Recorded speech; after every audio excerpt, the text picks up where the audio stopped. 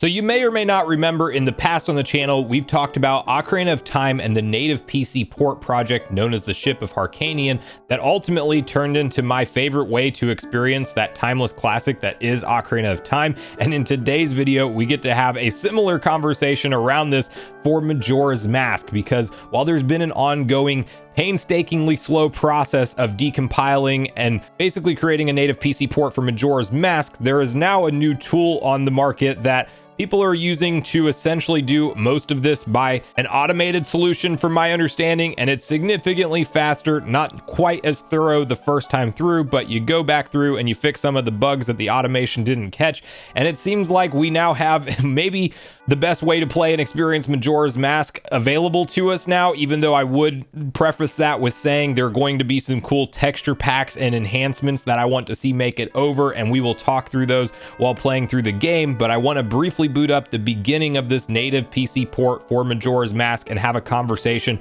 of where this is headed from here and why this might be worth your time to boot up and experience a timeless classic known as Majora's Mask once again. So here you have it, a very cool way to experience Majora's Mask in the current day via a native PC port, and you may or may not be able to kind of grasp fully just how smooth this game looks, even with like the camera switching around with the Z targeting and things, because the frame rate that I'm running this out is 120 frames per second. You can go higher than that. I'm also running it in 4K resolution. It will scale automatically with the settings within whenever you first set this up. There are a few things actually we may walk through at some point, so I can kind of show you guys a little bit in more detail what this game currently offers with this PC port. But essentially, this is exactly the N64 game that you remember, that you know and love. None of the alterations from the 3DS version that definitely is controversial with the fan base, and understandably so. It's literally the native original game, but just raw upscaled correctly. So 4K, 120 frames per second. You could obviously just do 60 or whatever your monitor refresh rate will allow you to see. You can go up to 240 if you want to, even higher than that. It's essentially just using the game's code, but it does something in a way, and I'm not the most technical person to explain this, but to basically upscale it in a pixel perfect way that keeps true to the original N64 textures, but just clearly looks way better. Now, because we're going to get into a cutscene here for a minute, I will skip forward so we can talk about some more of the enhancements and gameplay available. Now, I will have in my description down below linked a video, as far as I can tell, from maybe the original creator who worked on this, but definitely it at least outlines the links and steps you can go through to set this up yourself. Very easy to do, by the way. Not much technical know-how required whatsoever. You do have to have some kind of PC or something that runs Linux enabled to do that. I think you can even run this on a Steam Deck, if I'm not mistaken. So lots of cool options right now from that front. The thing is this is still very much in its infancy. It's got the core stuff down that you want to see and some core quality of life improvements, but it doesn't have everything. Ship of Harkanian really is more feature complete, I would say, but you probably notice, and maybe you can't actually with my camera turned on, so let me disable that for just a moment. There is a D-pad that you have on the screen that you can see there. That will allow you to assign additional items. So things like your masks, because of course with Majora's Mask, you have a lot of different ones that you have to switch between regularly within the game.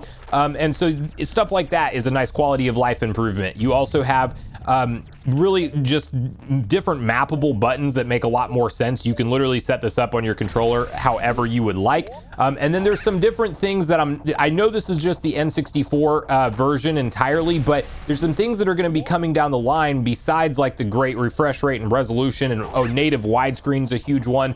Nothing looks stretched out. This is actually natively rendered in a 16:9 aspect ratio when you do it through this PC port.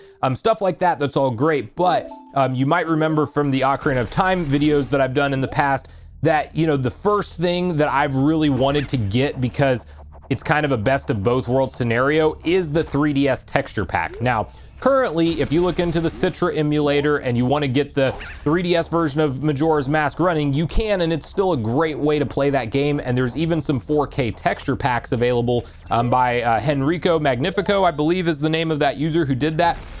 You can get all that up and running, and you could maybe argue that that's still the best way to play Majora's Mask right now. There's also some different mods that make the N64 change or the changes to the 3DS version from the N64 version intact. Like you can disable or enable those type of things. So there's still a great way to play this game via the Citra emulator. However, for the long term, I do believe that this PC port project will end up supporting a 3DS texture pack, just like we saw happen for Ocarina of Time, at which point I think this will be the definitive version, because you're still playing the N64 game in all of its glory, but with the modern visuals. Now, right now, one thing that is not intact, that is a big thing that really enhanced my last playthrough of Ocarina of Time, has to do with the free camera basically being mapped to that right analog.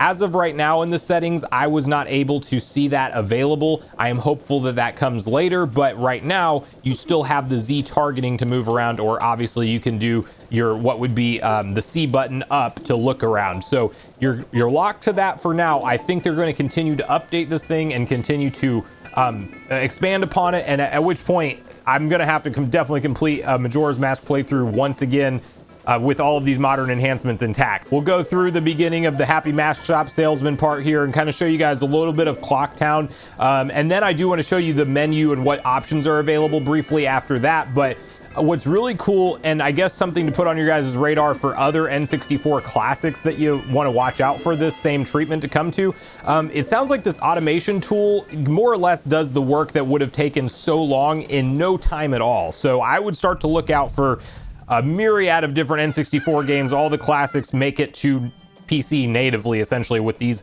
base level modern enhancements. Now, you're probably going to see the bigger titles that fans care about the most make it over first, but over time, I would imagine we're going to have a large chunk of the N64 library easily playable with whatever resolution and whatever frame rate you want to have the game run at, with native widescreen 16:9 support. Like, it's really cool to see. So I'm very excited about the upside of where this goes from here, because I love N64 era games. And I will argue that if you can set this up on your own, I would try to do it, because the video may not do the refresh rate justice on just how smooth this really looks whenever you're actually experiencing it firsthand. And I think by the time we get the 3DS texture pack and then that free roaming camera with the right analog, we're really going to be literally experiencing Majora's Mask in the best way possible. So from there, we will go through, and all I have to do is hit my menu button. That's great. So we'll look at essentially the options you have here. Under general, you have where you can do switch or hold for targeting. Obviously, that's a pretty straightforward thing. Then you also have gyro sensitivity, which you can essentially with a motion controller, you can go ahead and look around with your camera that way. You have mouse. If you're going to use mouse and keyboard, that you can definitely map everything to that if you want to. I would never play a Zelda game with mouse and keyboard, but you might prefer that. Background input is on or off. I don't know exactly what. Okay, that's basically if you're putting in different commands on the keyboard, if you want them to interact or not. Controls, you have full customization. Kind of everything that you would expect to see there is there, but you have these special items again that you can. Basically, they're just extra inventory slots, or different things you can map your inventory to, rather, and extra buttons you can press to do so, which is really actually going to be a game changer for certain parts of this game when you have to switch between various different masks.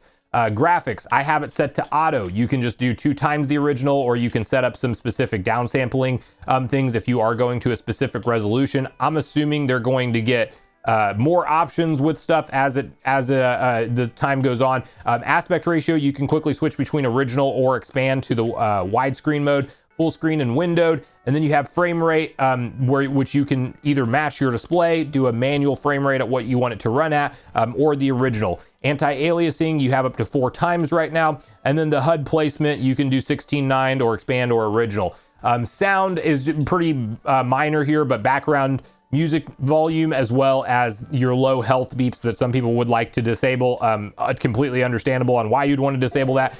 Anyway, that stuff is stuff that you can edit as well. So I'm personally very excited for this project. It's cool to see how fast it happened. I do believe that the same people who are behind Ship of Harkanian are still working on a native PC port for Majora's Mask. It is not complete yet, from my understanding. It should probably be getting close soon, but because of this new automation tool, we have this playable right now, and I'm just hoping it gets all of the extra quality of life enhancements quicker than anything else, because I'm ready to play through another Majora's Mask run on a native PC port. Let me know in the comments down below if you guys are going to check this out at all. If you hope we maybe get like some kind of remake treatment similar to Ocarina of Time that there are some rumors about for Switch right now, obviously that would be a best case scenario for what Nintendo could do. But are you going to just kind of go your own way and experience it with some upgraded enhancements via PC if you have one? So let me know all that. Thanks so much for watching the video today. Make sure you share all your thoughts and feelings in the comments down below before you leave, regardless if we agree or disagree.